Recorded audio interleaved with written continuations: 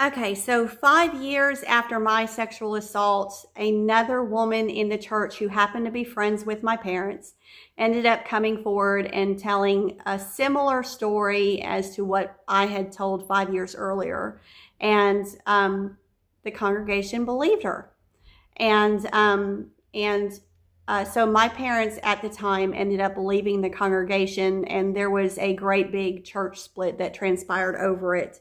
Um, uh, but this is when I began to really question if it wasn't just me that there was something wrong with.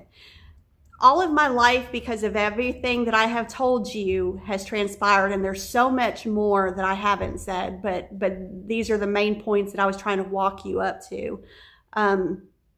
I've really thought that I was the problem. I thought that there was something wrong with me, to the degree of being suicidal, because I felt like, what is the point of me continuing to live if I make everybody miserable, if I have caused so much harm and wrongdoings in people's lives?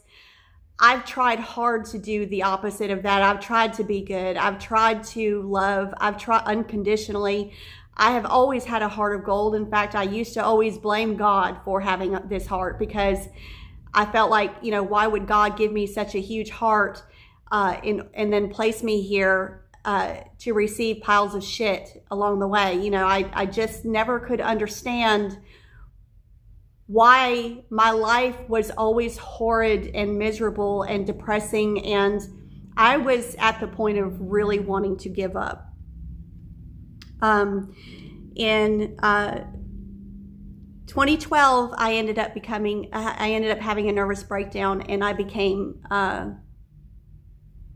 diagnosed with post-traumatic stress disorder. And I entered into therapy, and I began researching thoroughly. I even went after my psychology degree. I began researching the ins and outs of everything, the ins and outs of religion, the ins and outs of family dynamics, the ins and outs of anything you could possibly imagine that has to do with the human psyche.